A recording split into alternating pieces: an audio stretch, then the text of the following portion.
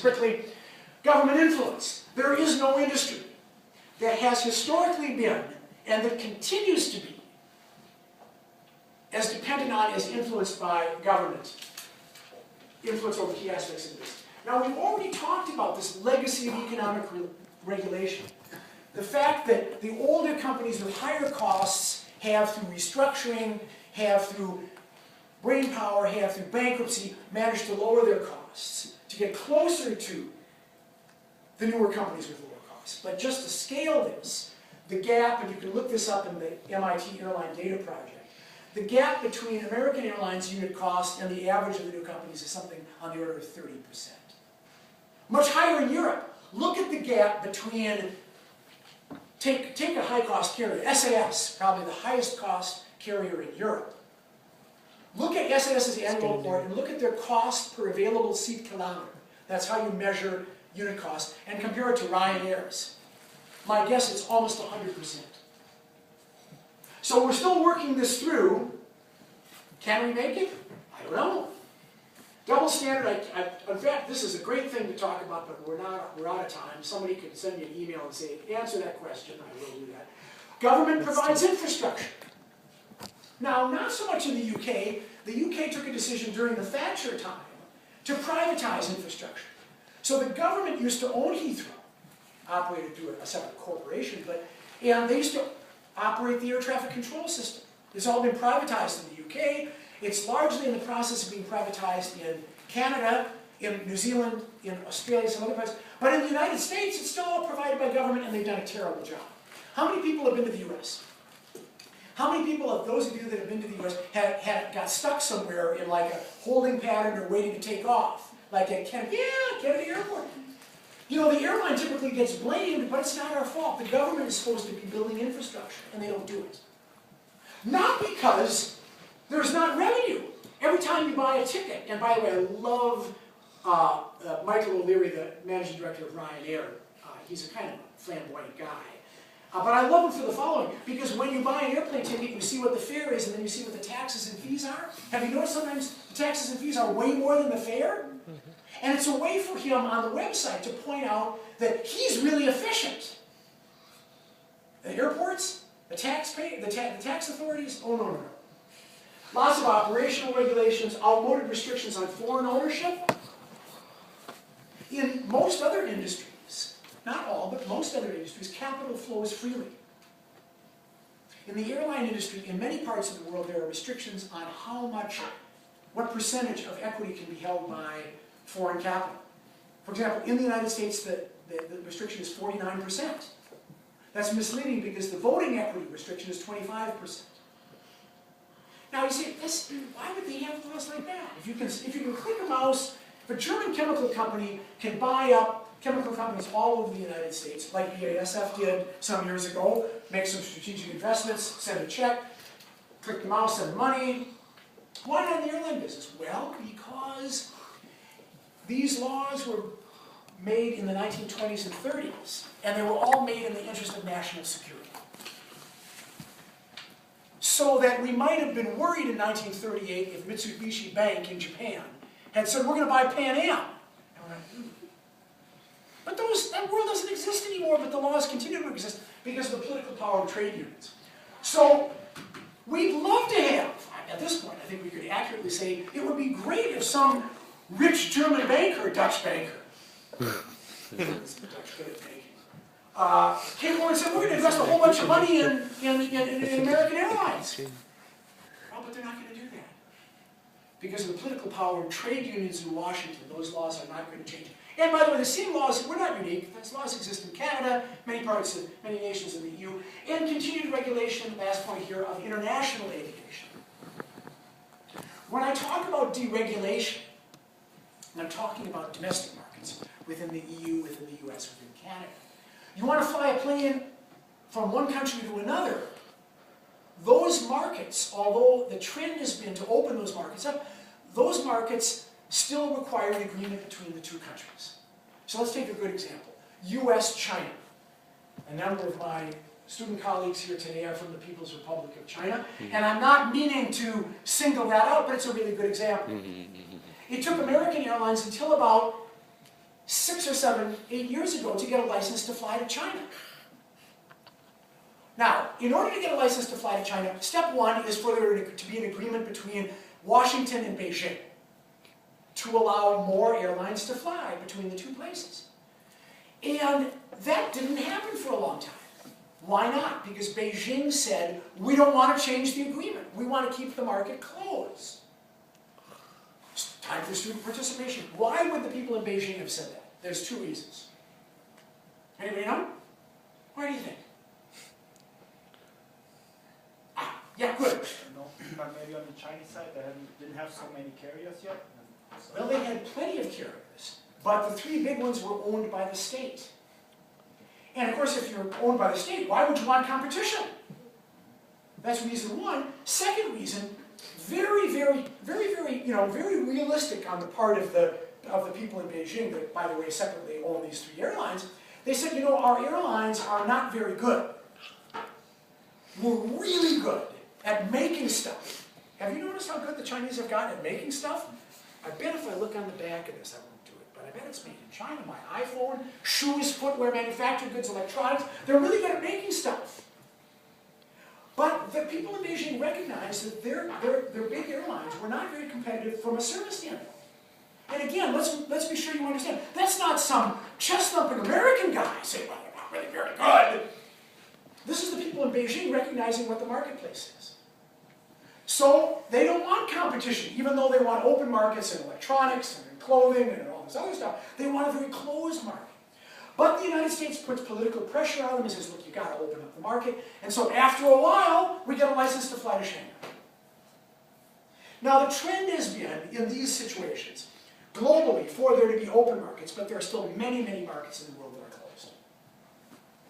Anybody here from Singapore? Really? Wow!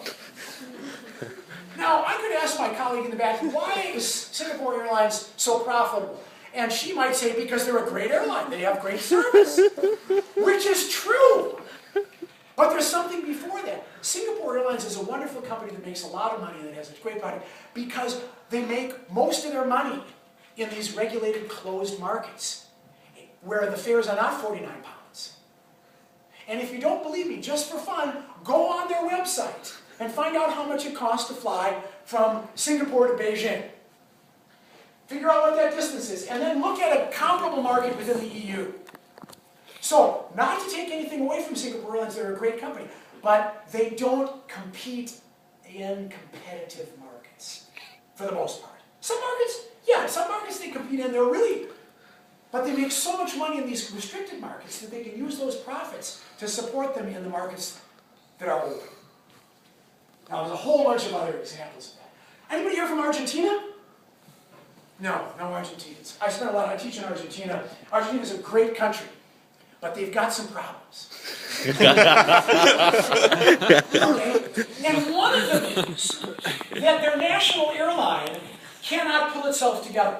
And so, their national airline, Aerolíneas Argentinas, periodically goes from being state-owned to privatized, and then the private shareholders lose all their money, and then the state takes it over again.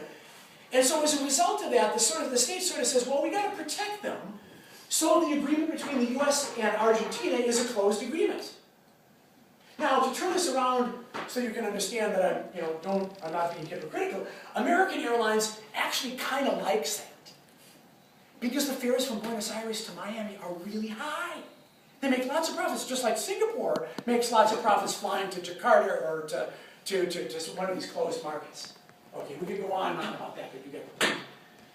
So, we don't have open markets in international aviation. Okay, and the last one, and I'll just, let's do this really quickly. I'm a marketing guy, so I have to talk about brand preference. It's a commodity business.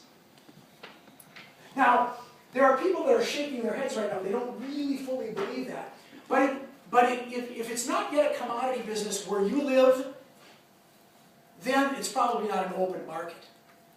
For example, let's talk about the EU. What I have seen in my 20 years of teaching in Europe, of coming over here, and I contrast more recent years with my first trips, is that as the EU market has deregulated, and by the way, that was in about 1991, but it takes a while for Ryanair and German Wings and EasyJet and Wizz Air in Eastern Europe, these companies to get traction.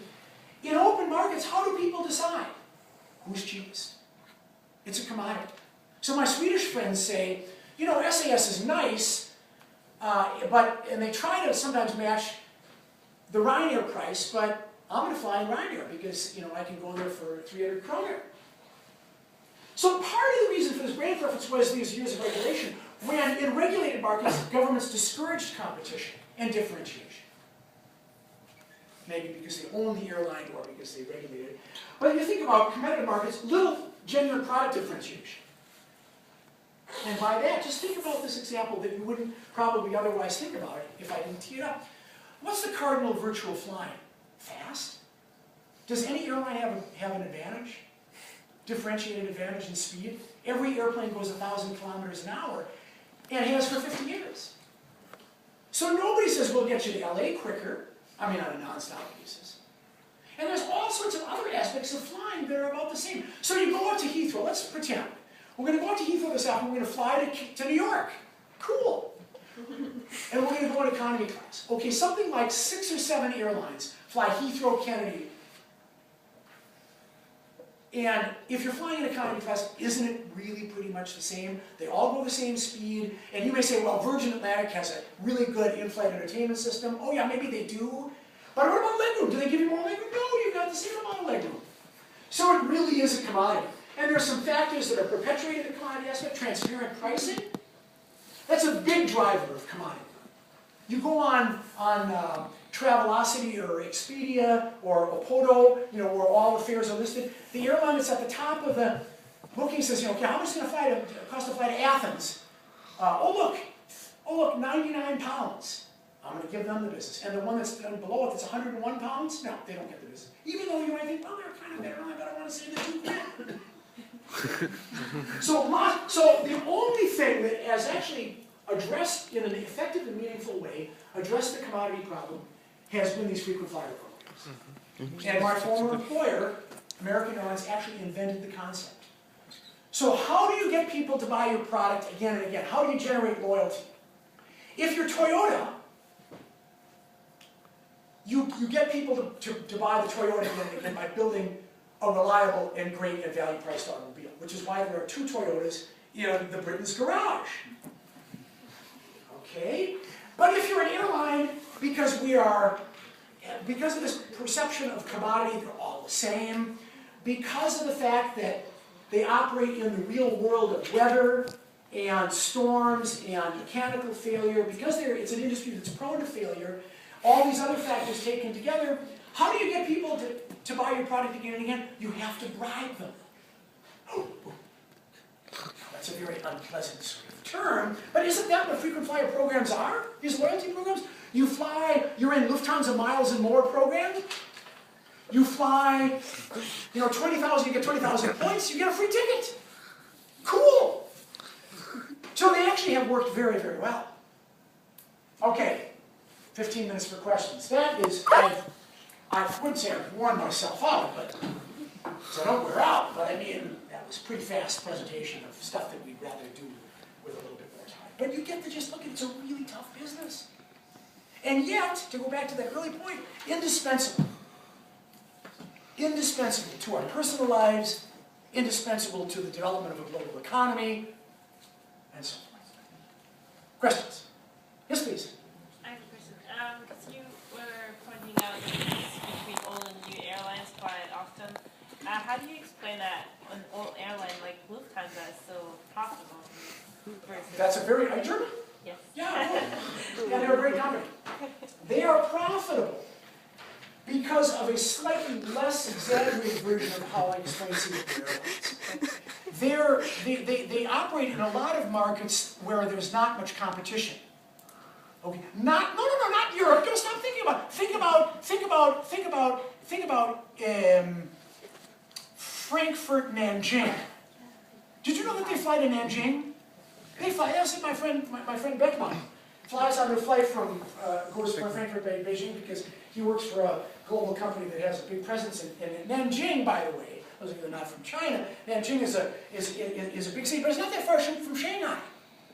Right? They fly, and they basically, because the agreement between the Federal Republic of Germany and the People's Republic of China is a restrictive agreement.